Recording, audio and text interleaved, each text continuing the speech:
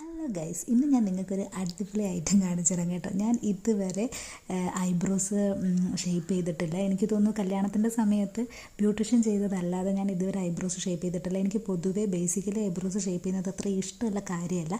എൻ്റെ ഐബ്രോസ് ഞാൻ ബ്യൂട്ടി പാർലറിൽ നിന്നും എടുക്കാറുണ്ട്, അതേപോലെ ഞാൻ തന്നെ എടുക്കാറുണ്ട് കേട്ടോ. എക്സ്ട്രാസൊക്കെ ഞാൻ തന്നെ ത്രെഡ് വെച്ചിട്ട് എടുക്കാറുണ്ട്. വേണമെങ്കിൽ ഞാനതൊരു വേറൊരു വീഡിയോയിൽ ഞാൻ നിങ്ങൾക്ക് കാണിച്ചു തരാം.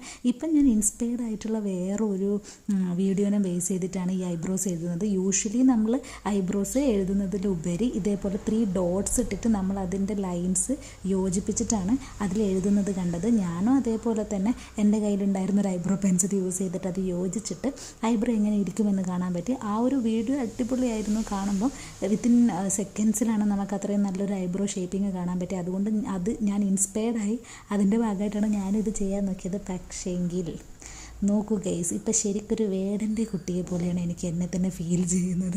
എനിക്കിത് പക്കാ ബ്ലോപ്പറായിട്ടാണ് ഗൈസ് ഫീൽ ചെയ്യുന്നുണ്ടായിരുന്നത്. എനിക്ക് ഒട്ടും ഇഷ്ടപ്പെട്ടിട്ടില്ല. ബേസിക്കലി എനിക്ക് ഐബ്രോസ് എഴുതുന്നതേ ഇഷ്ടമല്ല, പിന്നെ ഇതും കൂടി ആയപ്പോൾ പൂർത്തിയായി ഗൈസ്. നോക്കൂ ഗൈസ് ഇതിൻ്റെ ഡിഫറൻസ്. ഇനി എന്തായാലും ഞാൻ ഇത്തരത്തിലുള്ള അബദ്ധങ്ങൾ കാണിക്കില്ല ഗൈസ്. ഇത് കാണുമ്പോൾ തന്നെ എനിക്ക് ഭയങ്കര ചിരി വരുന്നു ഗൈസ്. നിങ്ങൾക്ക് എന്തായി ഫീൽ ചെയ്യുന്നത്? അപ്പോൾ അത്രയേ ഉള്ളൂ ഇന്നത്തെ വീഡിയോ. ബൈ.